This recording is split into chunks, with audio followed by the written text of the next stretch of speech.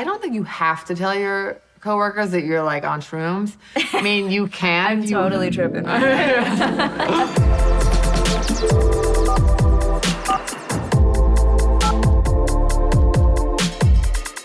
I'm Bunny Michael, and welcome to Broadly Hotline. It's really normal to feel like it's hard to find inspiration when you're doing creative work. We all go through it. And I think the most important thing to know is that whatever inspires you is your personal choice, and there's no right or wrong way to be inspired when you're a creative person. So I'm really excited to introduce our guests today. They're going to be answering your questions about finding inspiration. Writer Karley Sciortino and actress Kelli Berglund from the STARZ original series, Now Apocalypse. Welcome, Karley and Kelli. Hi. Oh my gosh, we have another guest. He's so stoic. I'm really happy that you're here. Same. Can you tell us a little bit about the show, Now Apocalypse? How would you describe it? We've been calling it a queer Sex and the City meets David Lynch with aliens. Ooh, that's cool. This show is a lot different from the other projects that you've worked on. Just a little bit. What made you feel like, okay, like I can play this character? I always saw myself doing something like this, and that's why when I first read the script, I'm like, okay, this character Karley is literally me, but like amplified times 1,000. Like, I was scared going into this. Definitely the most challenging thing I've ever done, but the most exciting thing I've ever done. One thing I really like about the show is that there's a lot of emphasis on pleasure and how like you can be dominating or submissive, and how these things can really like free you up to getting to know yourself on the inside. You know, rather than focusing on all the ways that sex can be dangerous and traumatizing, I think the show is like full of really strong sexual female characters who are really sexually adventurous and really sexually resilient. Mm-hmm. That's what I love about it. The show, it feels lighthearted and fun with this like over-looming like doom at the same time. What was the biggest moment of inspiration that you've had so far working on the show? The creator of the show and the person I co-write the show with is Greg Araki, and he made all these amazing movies that were so inspirational to me. Seeing those movies in my early 20s really influenced my sexuality in a major way. Kelli?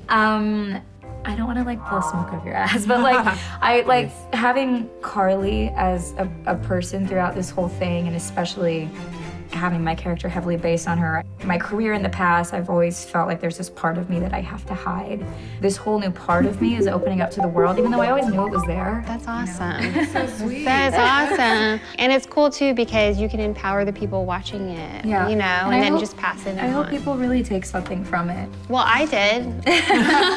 So now we get to answer some questions that people sent in about feeling inspired. You guys ready to do that? Yeah. So my family doesn't understand my work and they think that I'm a stoner slacker. How do I tell them that weed isn't making me lazy, but it's actually good for my career? You know, you're an adult now. You don't need permission from them to smoke weed, and I don't think you should necessarily be trying to seek it, personally. A lot of my family is very accepting of what I do. There are some people that don't totally understand it. I'm confident in myself that, you know, this is what I do, so I'm gonna deal with it. I agree with you completely. Like, I write about sexuality. I have conservative parents that freaks them out. If you don't back down, they're going to accept you, or they're not. But I remember once I interviewed this art pornographer, Bruce LaBruce, and he was saying, imagine all the great artists throughout history that wouldn't have made the art they made if they were caring about what their parents think.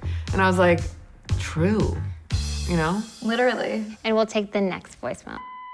Basically, I don't have a lot of money to travel or find inspiration from my art projects. So I was wondering, how can I see the world in a new way without breaking the bank? What do you think? Do you think you need to travel or have money to get artistic inspiration? I definitely don't think that finding inspiration is linked to your finances. You can see the world through reading books, watching movies. Instagram even. I would say don't just travel to travel. Like, therefore, I'm forced accomplished. Inspiration. Yeah. Yeah, I just feel like maybe the issue really is that you're having a hard time really owning your own perspective. I'm just gonna toss it over to Yeah. you every time. What she said. So I went through a really rough breakup about 3 years ago now, and I found it really hard to start writing again after that. I guess I want to know, like, what's the best way to find my voice and start writing again? Thank you. I don't know if I have the perfect answer, but I do have an anecdote. When I first started writing my book, I was super depressed, but I just kept thinking what I was writing was horrible. And then a few months later, when I was no longer depressed, I was looking back at it and I was like, oh, like this isn't bad. I think we have this idea of like, you have to wait for artistic inspiration. But like if you just barf out stream of consciousness, 500 words, the next day you'll be working from something. So I think you just gotta really just do it. Yeah, I definitely think that stream of consciousness writing is so helpful. Maybe write about the breakup or... So you can use it. Yeah, Depending totally. on whatever you're doing. Life experiences are the meat of your work. I mean, right, Karley? You write a lot from your life experiences. Yeah, I write a lot about that and it is really therapeutic. I feel like acting is like that too, a little bit. Have you ever had like a breakup that you kind of use those feelings with your character? Funny enough, like I've broken up with all of my boyfriends. So I've been like liberated after all of them. I'm like, I wanna go do some shit. But it's like real feelings are a real thing that you can apply like anywhere, honestly. Agree. Yeah. Thank you two so much for being here. It was really inspiring to hear your process and hear how you worked on this amazing new show.